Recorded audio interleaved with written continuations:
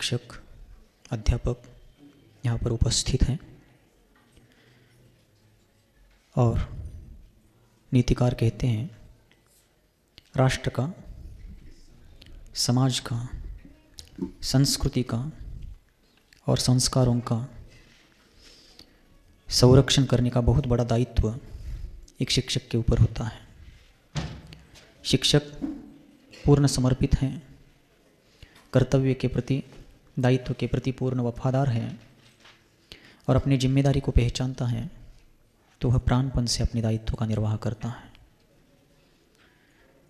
लेकिन सबसे महत्वपूर्ण बात यह है कि शिक्षक विद्यार्थियों को जिस बात को पढ़ाना चाहता है, समझाना चाहता है, उनके हृदय तक उस चीज़ को पहुंचाना चाहता है, तो उसके लिए एक नियम है, एक कानून है कि जिस बात को वो समझाना चाहता है उस बात का वह स्वयं पहले अच्छे से जानकार होना चाहिए, उस विषय में वह परिपक्व होना चाहिए, उस विषय पर उसका गहन चिंतन मनन होना चाहिए।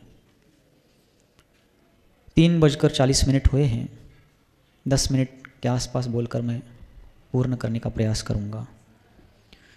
एक प्रश्न मैं आपसे पूछना चाहता हूं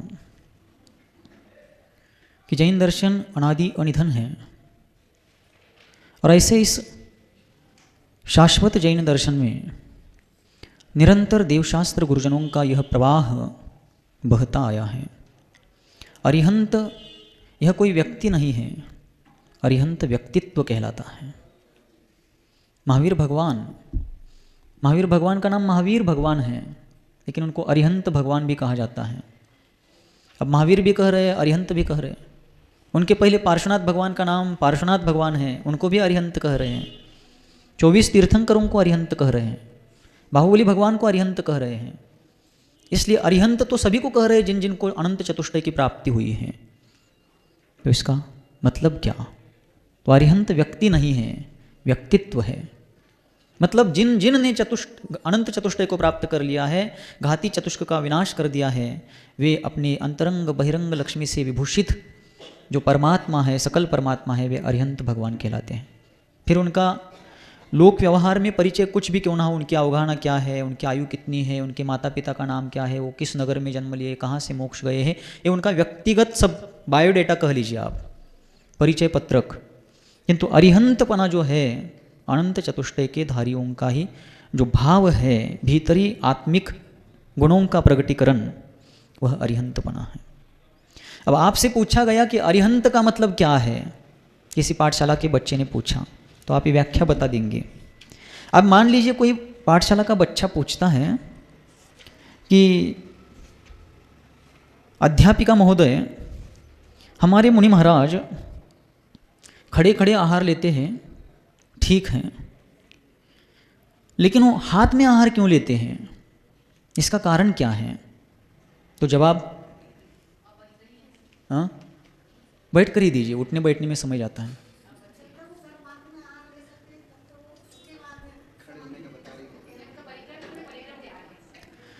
तो कोई प्रश्न दे देंगे, उत्तर दे देंगे कि उनके पास कोई परिग्रह नहीं है, संपूर्ण परिग्रह का त्याग है, इसलिए वो कर पात्र में आहार लेते हैं। तो बालक बहुत जिज्ञासु हो सकता है, वो पूछ सकता है कि एक परिग्रह का उन्होंने त्याग किया, इसलिए पात्र में भोजन नहीं ले रहे हैं, लेकिन नीचे तसला तो रखा है वो पात्र पानी गिरने के लिए, तो उसका आलम्बन लेने के बजाय श्रावक ही वो पात्र नीचे रख रहा है।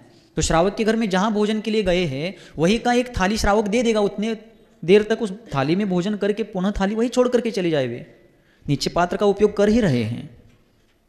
तो दिक्कत क्या है? हाँ,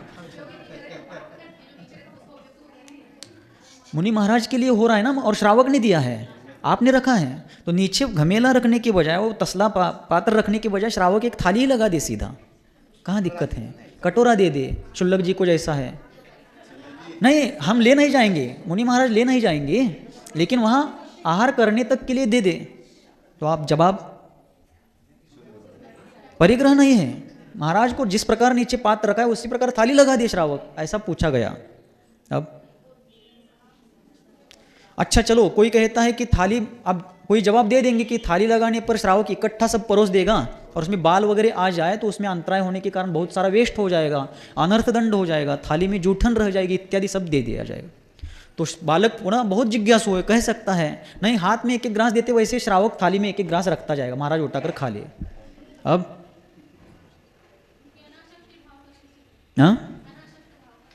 अनाशक्त भावना नहीं, एक एक ग्रास उठाकर खा लिया, हम ज़्यादा नहीं परोसेंगे। तो इसका जवाब है, ये तो जवाब नहीं हो सकता। तो इसका उत्तर ये है कि बेटा थाली में ज़्यादा परोसेंगे तो जूठन रह जाएगा, अंतराय आ जाएगा तो अनर्थ हो जाएगा, इस मतलब वेस्टेज हो जाएगा, अनर्थ दंड में आ जाएगा, इसलिए वो एक एक ग्रास हाथ में देते हैं। यह तो है सब सही है, परिग्रह स्वीकारते नहीं, कर पात्र में आहार लेते हैं, ये सब ठीक है, लेकिन उसका मुख्य रीज़न ये है पैरों में खड़े रहने की शक्ति जब तक है तब तक खड़े रहकर लेते हैं, ये तो पैरों का हो गया। और साथ साथ जब वीकनेस बहुत आ जाती है, आप लोगों ने अनुभव किया होगा, कभी दशलक्षण में उपवास एकाशन आदि करते तो हाथ कांपने लगते हैं, थरथराने लगते हैं। तो जब तक पैरों में खड़े रहने की, बिना आलंबन से खड़े रहने की शक्ति है तब तक खड़े रहेंगे। और हाथ भी अपने आप से उठकर जब तक मुंह तक जा रहा है, अपने आप से अंगुष्ठ चलकर येषणा समिति का पालन हो रहा है, सतर्कता पूर्वक अपने मूल गुणों का पालन किया जा रहा है स्वावलंबन पूर्वक, तब तक ही हम आहार करेंगे। ये पूर्ण स्वावलंबन के अपेक्षा से स्थिति भोजन है और कर पात्री है। हाँ, परिग्रह का त्याग, अनर्थ दंड का त्याग, ये तो सब चीज़ आ ही गई उसमें, लेकिन मुख्य हाथ में, क्योंकि बालक पूछ रहा है नीचे पात्र रखने के बजाय थाली लगाओ, पात्र में तो पानी गिर ही रहा है, उसके बजाय थाली में गिर जाए, और सारा परोसने के बजाय हम एक एक ग्रास परोसते जाएंगे, महाराज उठाकर खा ले। लेकिन उसका कारण ये है कि पूर्ण स्वावलंबन, और इसलिए है कि जब शक्तिपात हो जाएगा शरीर से, शरीर अब आगे साथ नहीं देगा, तब पराश्रित होकर के और धर्म की विराधना करने के बजाय जब तक शरीर खुद स्वावलंबन से काम करने में समर्थ है तब तक मैं साधना करूंगा, जब ये छोड़ देगा तब समाधि मरण को स्वीकार करूंगा, लेकिन परावलंबी नहीं बनूंगा। ये है, अब ये इसका उत्तर है। अब कोई पूछता है कि जैनियों के पास तो करोड़ों रुपए दान देने में पैसे हैं और इनके महाराज नंगे घूम रहे हैं। अजैन व्यक्ति पूछने लगा आपको क्यों घुमाते हैं आप नंगे अपने महाराजों को, ये सार्वजनिक विषय नहीं है। आज की तारीख में वो अपने हिसाब से प्रश्न पूछे, जवाब नहीं, पहले से चला आया है। क्या पहले से चला आया है? दिगंबरत्व जो है उसकी महिमा बताइए, निर्ग्रंथता की आवश्यकता क्या है उसकी महिमा बताइए। अजैनों की बात छोड़ दीजिए, आज हमारे जैनियों में ही कितनी विसंगतियाँ आ गई। अभिषेक पूजन के माध्यम से उसके आलम्बन को लेकर के वैर विरोध और वैमनस्य बना करके 20 पंथ 13 पंथ, आगे जाकर के काहन जी के निमित्त से सोनगढ़ पंथ, उसके पहले तारन जी के निमित्त से तारण पंथ, ये सारे पंथ आमनाएं बनते गए। लेकिन मूल पूर्वाचार्य प्रणीत आगम ग्रंथों की जो धारा है उसकी शिक्षा प्रामाणिक रूप से कहाँ दी जा रही है? पाठशाला में बच्चों को पढ़ाना है, लेकिन पूछा गया आपको क्या आत्मा त्रैकालिक शुद्ध है? वो कैसा है बताइए, किस अपेक्षा से त्रैकालिक शुद्ध है? क्या सर्वथा त्रैकालिक शुद्ध है? सर्वथा पूर्ण निरपेक्ष त्रैकालिक शुद्ध है? हाँ, शुद्ध द्रव्यार्थिक नहीं की अपेक्षा से, शुद्ध निश्चय नहीं की अपेक्षा से आत्मा त्रैकालिक शुद्ध है, मतलब स्वरूप की अपेक्षा से। लेकिन वर्तमान परिस्थिति संसार दशा की अपेक्षा से ना आत्मा भूतकालीन पर्यायों में शुद्ध था, ना वर्तमान पर्याय उसकी और वर्तमान द्रव्य शुद्ध है, ना जब तक सिद्धावस्था प्रगटती है तब तक वह आत्मा शुद्ध है। स्वरूप उसका बिल्कुल शुद्ध है, मूल स्वरूप, लेकिन वर्तमान में वो शुद्ध बचा नहीं है। अनादिकालीन कर्म किट्टिमा, कर्म कालिमा उसमें मिली हुई है। सभी बातों को लेकर चलिए। गुरुदेव आचार्य भगवंत समंत भद्र जी महाराज ने कहा निरपेक्ष नया मिथ्या। समझ में आ रहा हो का? कहूँ ऊसे ही जा रहा हो? आ रहा हो? आओ तो व्यवस्थित सुनने का प्रयास करिए।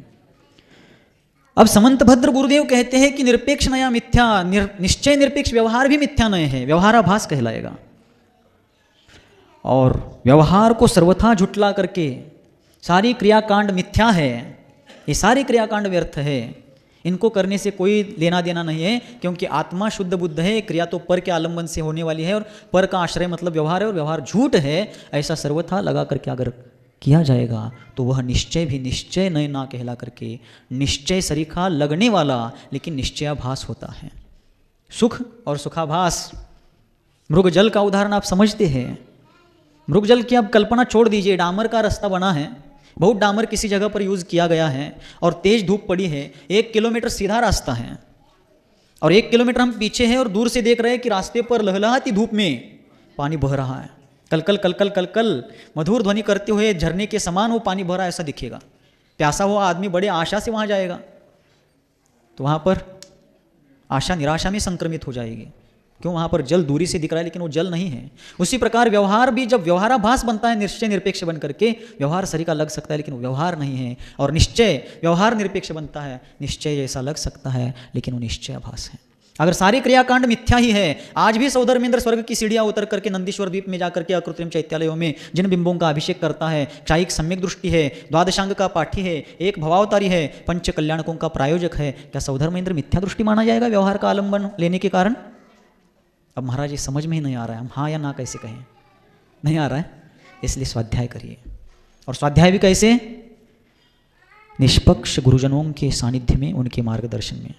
गुरुदेव आचार्य भगवंत कुंद कुंद स्वामी जी ने कहा समय सार जी के 142वीं गाथा में कि नए पक्षातिक्रांत हुए बिना समय सार का दर्शन ना भूतकाल में किसी को हुआ है, ना वर्तमान में हो रहा है, ना भविष्य में होगा। इसलिए व्यवहार और निश्चय दोनों भी नए साधन है आत्मा के यथार्थ स्वरूप को, वस्तु के यथार्थ स्वरूप को जानने के। लेकिन व्यक्ति अगर साधन में ही उलझ जाए, व्यवहार ही सत्य है, निश्चय ही सत्य है, नहीं, व्यवहार और निश्चय दोनों भी साधन हैं। साधन साध्य को पाने के लिए होता है, साधन में उलझ जाने के लिए नहीं होता है। ये सब चीज़ें जब हम खुद नहीं समझ लेंगे तब तक बच्चों को समझाएंगे कैसे? आज पढ़ाया जा रहा है एकांत का आश्रय लेकर के कि जो जंगलों में रहते हुए मुनि महाराज होते हैं, नगरों में रहने वाले मुनि नहीं होते।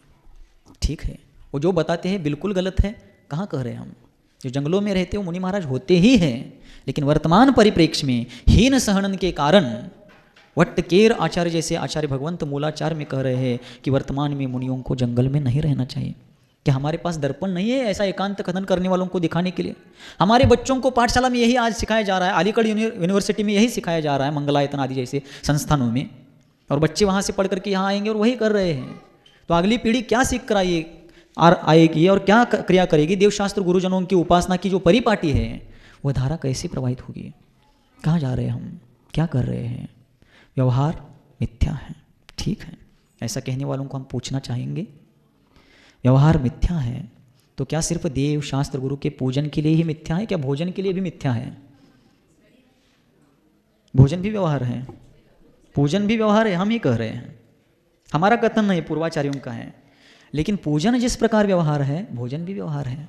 और विवेकी बुद्धि जिसको शास्त्र का बिल्कुल ज्ञान नहीं है लेकिन भद्रात्मा है, वो भी निष्पक्ष रूप से कह सकेगा कि पूजन में अगर हेयपना है तो पूजन से ज़्यादा हेय भोजन है, क्योंकि पूजन में गुणानुराग है और भोजन में विषयानुराग भी हो सकता है, होता है। अब जो ज़्यादा है उसको छोड़ने की कोई चर्चा नहीं है। और जो कथनचित परम उपादेय है, कथनचित हेय होते हुए भी कथनचित परम उपादेय, उपादेय ही नहीं परम उपादेय है, उसको हेय कह करके आज भ्रम फैलाया जा रहा है। तो इन सभी चीज़ों को आज बच्चों के ऊपर इस प्रकार विपरीत रूप से अंकित किया जा रहा है कि भावी पीढ़ी जैनत्व को ही खो दे, निष्क्रिय बन जाए। धर्म द्रव्य, अधर्म द्रव्य, आकाश द्रव्य, काल द्रव्य चारों अनादि अनंत निष्क्रिय है। ये जीव होकर भी, संसारी होकर भी एक प्रकार से निष्क्रिय हो जाए, इस प्रकार का भीतर घात हो रहा है। तो पाठशाला की शिक्षिकाएं अच्छी तरह से पढ़ेंगी। जिनेश्वर भगवान ने 7 तत्वों का उपदेश दिया। ये कितने तत्वों का? जीवा जीवाश्रव बंध संवर निर्जरा मोक्षास तत्वम। 2000 साल के पहले, 2000 साल के आसपास आचार्य भगवंत तुमा स्वामी जी महाराज ने सूत्र तीर्थंकर भगवान की वाणी के अनुसार दिया। तत्व ना 6 होते हैं ना 8 होते हैं, तत्व 7 ही होते हैं। व्यवहार चारित्र पूर्वक निश्चय चारित्र होता है। बहिरंग चारित्र के प्रगटने के कारण अंतरंग चारित्र प्रगटता है, क्योंकि अंतरंग चारित्र प्रगटने के बाद बहिरंग चारित्र अगर प्रगटता हो तो पहले श्रावक दशा में चारित्रधारी होना चाहिए, फिर निर्वस्त्र निर्ग्रंथ दशा उसकी आनी चाहिए। ऐसा है नहीं, साधन पूर्वक साध्य होता है, व्यवहार पूर्वक निश्चय होता है। इन सभी चीज़ों को आप लोग समझने का प्रयास करिए, निष्पक्ष होकर के। ना व्यवहाराभासी होना है, ना निश्चयाभासी होना है, और ना दोनों को लिपट करके बैठना है। दोनों की सहायता लेकर के परम पारिणामिक स्वभाव स्वरूप परमात्मा दशा को पाने के लिए सब कुछ उपक्रम चल रहा है। इसलिए हमें अगर आगे बढ़ना है, चारों अनुयोगों का अध्ययन करना नितांत अनिवार्य है, और पूर्वाचार्य प्रणीत दिगंबर निर्ग्रंथ आचार्यों के ग्रंथों को पढ़ना नितांत आवश्यक है। आज विडंबना ये है, संस्कृत की चर्चा तो बाद में, हिंदी भी आज अंग्रेजी माध्यम के प्रभाव से जानने में आज लोग हिचक रहे हैं, और संस्कृत की चर्चा कैसे करेंगे? संस्कृत भाषा का ज्ञान हो तो पूर्वाचार्यों की मूल टीकाएं पढ़ सकेंगे, प्राकृत गाथाओं को पढ़ सकेंगे, और आचार्य स्वयं क्या कह रहे खुद जान पाएंगे। आज अनुवाद में नीचे जो टीकाओं का, गाथाओं का अनुवाद, बोर हो रहा है क्या? राजा रानी की एक कहानी सुनाऊं? वो भी सुनाएंगे प्रसंगानुसार।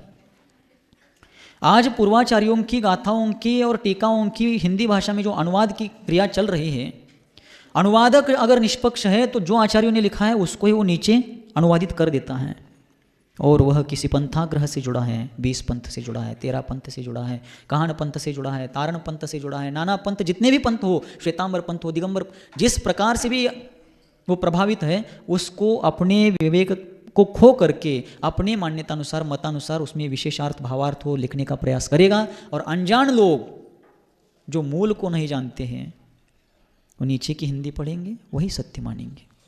इसलिए जाग जाइए, अन्यथा भगवान महावीर स्वामी का, उनके पहले से आए हुए भगवान ऋषभदेव, और विदेह क्षेत्र में तो अनादि अनंत धर्म तीर्थ चलता रहता है। तो इस प्रकार ये सब जो है इन भगवंतों ने बताए हुए इस धर्म तीर्थ का जो मूल प्रवाह है वो सदैव प्रवाहित हो, ऐसा आपको भी अगर लगता है तो मूल आगम ग्रंथों का स्वाध्याय होना चाहिए, अन्यथा बहुत विडंबना आ जाएगी। बहुत सारे ऐसे बिंदु हैं जिनका कथन करते समय स्पष्ट रूप से समझ में आ जाता है, सरलता से आ सकता है। जो जो देखी वीतरागनी, सो सो होगी वीरारे, अनहोनी कबहू न होता है, काहे को होत अधीरारे। 2-5 मिनट और सुनेंगे ना, चाहते हैं महाराज जी? 5 मिनट है ना, समझ? 5 मिनट में पूरा करें, 4 बजे तक। तो जो जो देखी वीतरागनी, वीतरागी कभी देखते ही नहीं। देखने का संबंध किसका है? नहीं, देखना और जानना ज्ञान दर्शन गुण का कार्य है। वीतरागी देखता नहीं है, वीतरागी का अर्थ है राग द्वेष से रहित हो चुका है। तो जो जो देखी वीतराग ने, ऐसा जो कहा गया निश्चय एकांतियों के द्वारा, ये 2 पंक्तियों का दोहा, जो जो देखी वीतराग ने, वीतरागी नहीं देखते हैं, सर्वज्ञ और सर्वदर्शी देखते हैं, अथवा ज्ञानी और ज्ञाता और दृष्टा देखते हैं। अब वीतरागी कहाँ देख रहे हैं? लेकिन वीतरागी इसलिए कहा गया, सर्वज्ञ व्यवहार का विषय है और वीतरागता निश्चय का विषय बनता है। व्यवहार को झुटलाना है, झूठ सिद्ध करना है, इसलिए जो जो देखी सर्वज्ञ ने, ऐसा कहना चाहिए था। लेकिन जो जो देखी वीतराग ने, ठीक है, कहाँ हम समझ सकते हैं जो वीतरागी है वो सर्वज्ञ भी हो सकते हैं।